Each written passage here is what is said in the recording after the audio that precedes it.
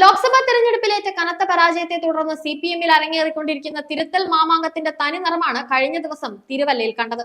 നിരവധി ക്രിമിനൽ കേസുകളിൽ പ്രതിയായ ഒരു ഗുണ്ടാ നേതാവിനെ പാർട്ടി ജില്ലാ സെക്രട്ടറിയുടെ നേതൃത്വത്തിൽ CPM-ലേക്ക് സ്വീകരിച്ചതും ഇതിനെതിരായ വിമർശനങ്ങളെ പരിഹസിച്ച് തള്ളുന്നതും ഈ പാർട്ടിയുടെ വിശ്വാസ്യത വെറും തട്ടിപ്പാണെന്ന് ആവർത്തിച്ച് തെളിയിക്കുകയാണ്.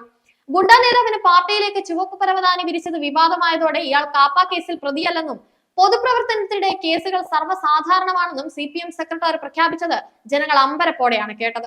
മറ്റൊരു ഗുണ്ടാ നേതാവിനല്ലാതെ ഇപ്രകാരം ഭീഷണമായി പ്രതികരിക്കാൻ കഴിയില്ലല്ലോ. 20 വയസ്സിനിടെ 12 ക്രിമിനൽ കേസുകളിൽ പ്രതിയായ ഒരു സാമൂഹ്യ വിരുദ്ധനെയാണ് യാതൊരു വീണ്ടുവിചാരവുമില്ലാതെ പാർട്ടി അംഗത്വം നൽകി CPM ഏറ്റെടുത്തിരിക്കുന്നത്. പാർട്ടിയിലെത്തിയിരിക്കുന്ന ഇയാൾ കാപ്പ കേസിൽ പ്രതിയാണെന്നും കേസ് നിലവിലുണ്ടെന്നും ജില്ലാ പോലീസ് മേധാവി തന്നെ വ്യക്തമാക്കിയിരുന്നതാണ്.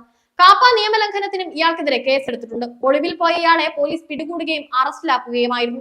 കഴിഞ്ഞ മാസം ജാമ്യം ലഭിച്ച് ജയിൽ മോചിതനായി. തുടർന്നാണ് CPM നേതൃത്വം പാർട്ടിയിലെടുത്തിരിക്കുന്നത്. ഗുണ്ടാ നേതാവിനെ ഒപ്പം കൂട്ടിയതിനെ ന്യായീകരിച്ച് മന്ത്രി വീണ ജോർജ് രംഗത്ത് വന്നിരിക്കുന്നത് സത്യപ്രതിജ്ഞാ ലംഘനവും നിയമവാഴ്ചയ്ക്ക് വെല്ലുവിളി ഉയർത്തുന്നതുമാണ്.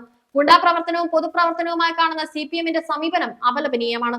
ഇങ്ങനെ ഒരു പാർട്ടി നിയമവാഴ്ചയിൽ വിശ്വസിക്കുമെന്നതിന് യാതൊരു ഉറപ്പുമില്ല. അവർക്ക് അധികാരം ലഭിച്ചാൽ ക്രമസമാധാനം ശക്തിപ്പെടുകയല്ല, ഗുണ്ടാപ്പടകൾ ശാക്തീകരിക്കപ്പെടുകയാണ് ഉണ്ടാവുക.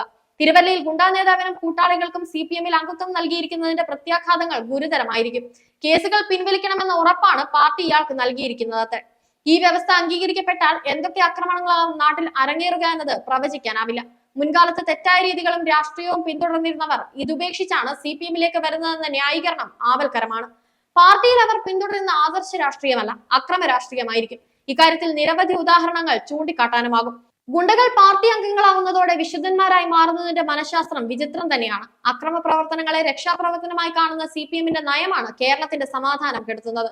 ജനങ്ങളെ മർദ്ദിക്കുന്ന സ്വന്തം പാർട്ടിക്കാരെ ന്യായീകരിക്കുകയും സംരക്ഷിക്കുകയും ചെയ്യുന്ന ഒരാൾ ആഭ്യന്തരമന്ത്രിയും മുഖ്യമന്ത്രിയും ഒക്കെ ആയിരിക്കുന്ന നാട്ടിൽ ഒരിക്കലും സമാധാനം പുലരില്ല.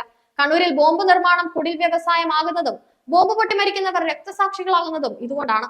വർഗീയ ധ്രുവീകരണത്തിന്റെ ഫലമായി പിണറായി സർക്കാരിന് അധികാര തുടർച്ച ലഭിച്ചത് ജനങ്ങളുടെ അംഗീകാരമായി തെറ്റിദ്ധരിച്ച CPM ആക്രമണ പരമ്പരകൾ അഴിച്ചുവിടുകയായിരുന്നു. തെരുവിൽ മാത്രമല്ല, വീടുകളിലും വിദ്യാലയങ്ങളിലും ആശുപത്രികളിലും ഒക്കെ CPM-കാർ ആക്രമണങ്ങൾ നടത്തി.